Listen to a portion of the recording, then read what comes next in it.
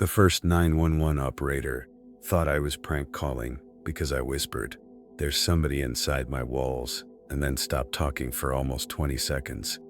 I wasn't trying to be dramatic. I just couldn't process what I was hearing. It sounded like slow movement behind the drywall directly above my bedroom closet. Not scratching, not rats. Heavier than that. Careful, human careful.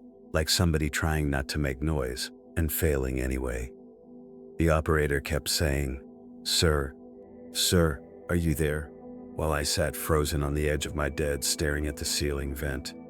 This was around 1:15 in the morning, middle of November, freezing outside. I lived alone then in a narrow 2-story townhouse outside Columbus, Ohio. Cheap place. Thin walls.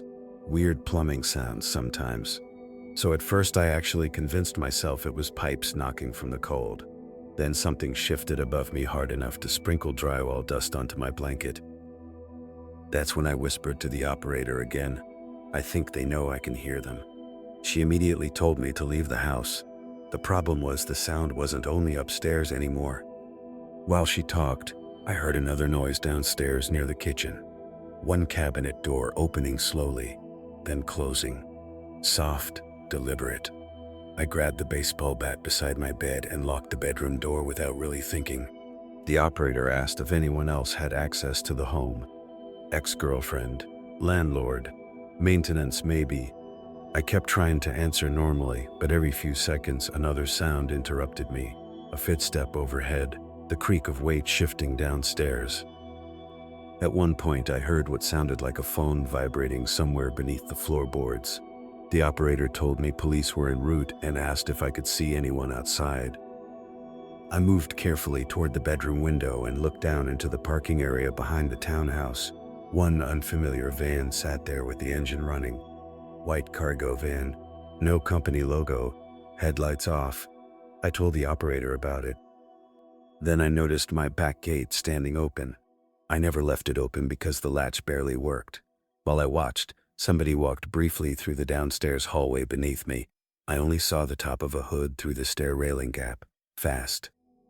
Gone immediately. I remember saying, "Oh my God," loud enough that the person downstairs definitely heard me, because everything went completely silent afterward. Not quieter, silent.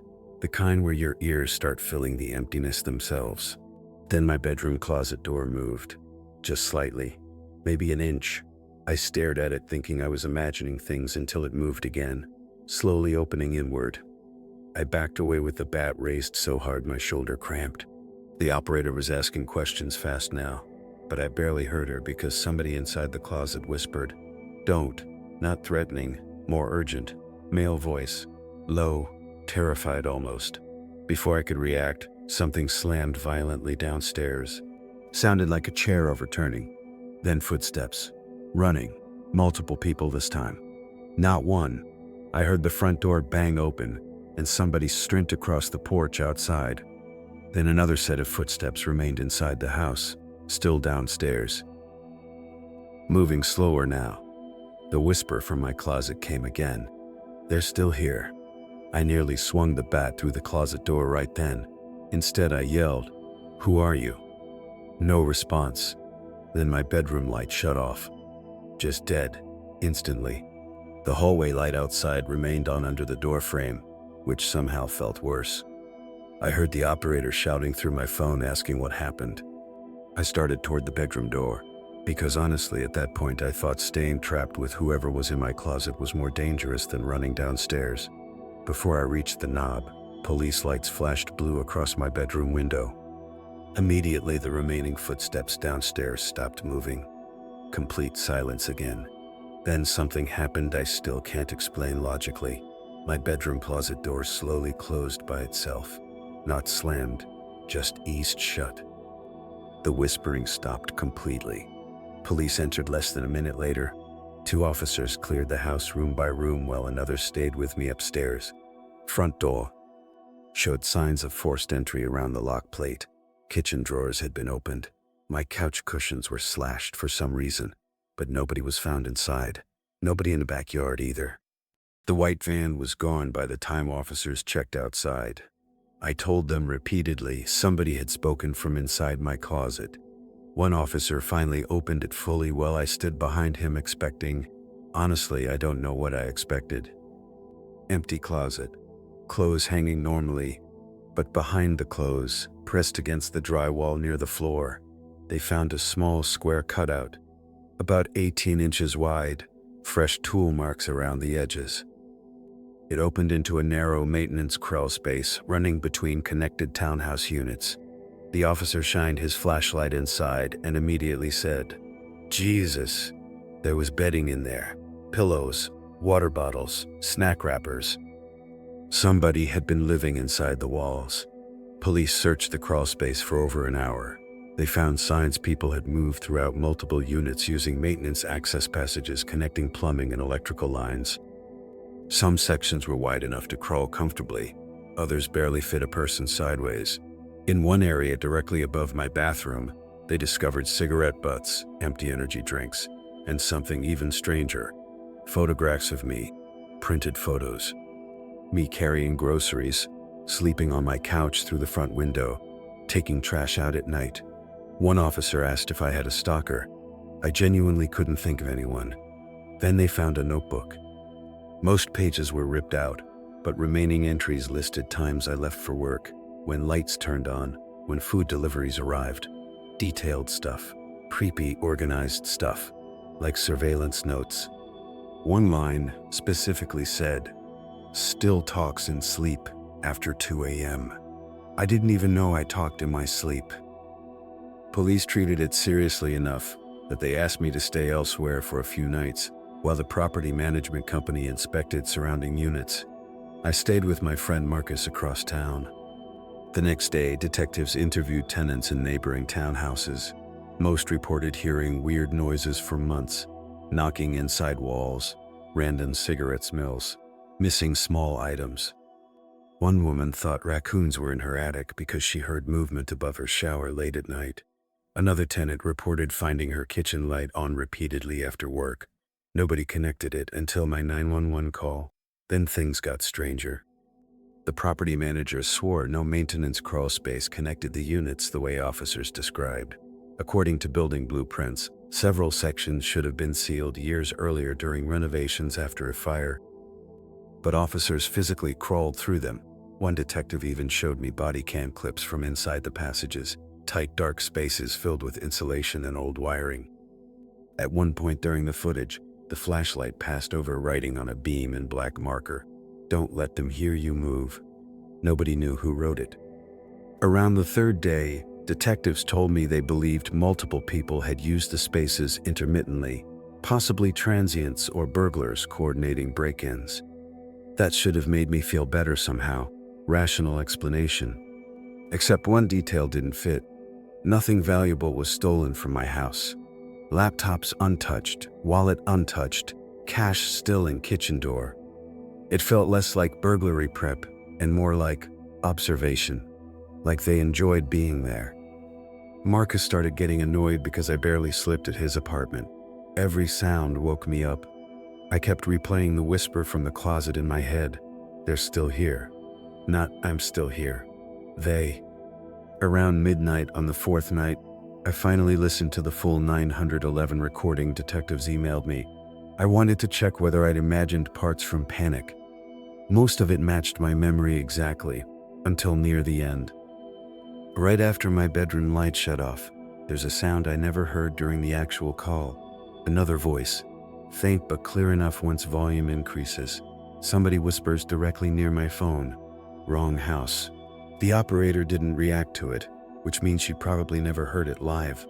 I replayed that section maybe 20 times. Same result. The whisper came from inside my bedroom, very close to me. I stopped the recording only after noticing another detail. Earlier in the call, before I mentioned hearing movement downstairs, there are already footsteps audible in the background behind me, meaning someone may have been in the room the entire time while I spoke to 911. I moved out temporarily after that. Detectives installed trail cameras and motion sensors inside the crawl spaces, hoping whoever used them would return. For about a week, nothing happened. Then one camera captured footage around 3:12 a.m. A man crawling through insulation toward the camera before abruptly freezing. He looked directly into the lens for nearly a full minute without moving. Hoodie, gloves, dust mask covering lower face. Then he reached forward and switched the camera off. Detectives circulated still images but never identified him. The unsettling part wasn't the footage itself, it was what they discovered afterward. The timestamp was wrong. The internal camera clock showed footage recorded 3 days before the equipment had even been installed. Detectives blamed malfunction. Cheap equipment. But another camera farther down the crawl space captured the same figure moving past at the exact same, impossible timestamp. After that, property management evacuated 4 connected units and sealed sections of the walls with steel mesh and concrete. Workers later reported finding hidden pockets carved into insulation containing phones, canned food, blankets, and handwritten notes. Most notes made no sense: random observations, radio frequencies, tenant schedules. But one note included my full name and work address alongside the sentence, "He heard us because of Eric." Detectives asked repeatedly if I knew an Eric. I didn't, at least not then. About 2 months later, they arrested a former maintenance subcontractor named Eric Vance during an unrelated burglary in Cincinnati. His fingerprints matched ones found inside my crawl space. He admitted using the passages years earlier to access vacant units and avoid security patrols while stealing copper wiring with 2 other men. According to him, after renovations sealed portions of the tunnels, one of the men refused to stop living inside them. Claimed he felt safer there than outside. Eric insisted he hadn't seen the guy in over a year. Detectives pushed for a name. Eric only called him Drew. No last name, no records, no useful description besides quiet and skinny. Then Eric said something that bothered even the detectives. He claimed Drew became obsessed with listening to tenants through vents at night, learning routines, watching them sleep through tiny drilled holes hidden behind smoke detectors and air returns. Eventually, the others stopped entering the crawl spaces because Drew started leaving notes everywhere warning about people coming into the walls. Detectives assumed mental illness mixed with paranoia. Maybe, but Eric also claimed something else. The night police raided my townhouse, Drew wasn't alone inside the crawl space. According to Eric, another group had started using connected access tunnels recently to stage burglaries through the units. That's why the whisper said, "They're still here." Drew was supposedly hiding from them too. Police never confirmed any of this publicly. No arrests besides Eric. No suspect named Drew ever identified. The townhouse complex eventually reopened after renovations, though my old unit stayed vacant for almost a year. I refused to go back, except once to collect remaining boxes. Broad daylight, 2 officers with me. Everything looked normal afterward. Fresh drywall, new insulation, no visible access points anymore. But while packing my last box from the bedroom closet, I noticed something carved faintly into the inside wall, near the baseboard behind where my shoes used to sit. Tiny letters.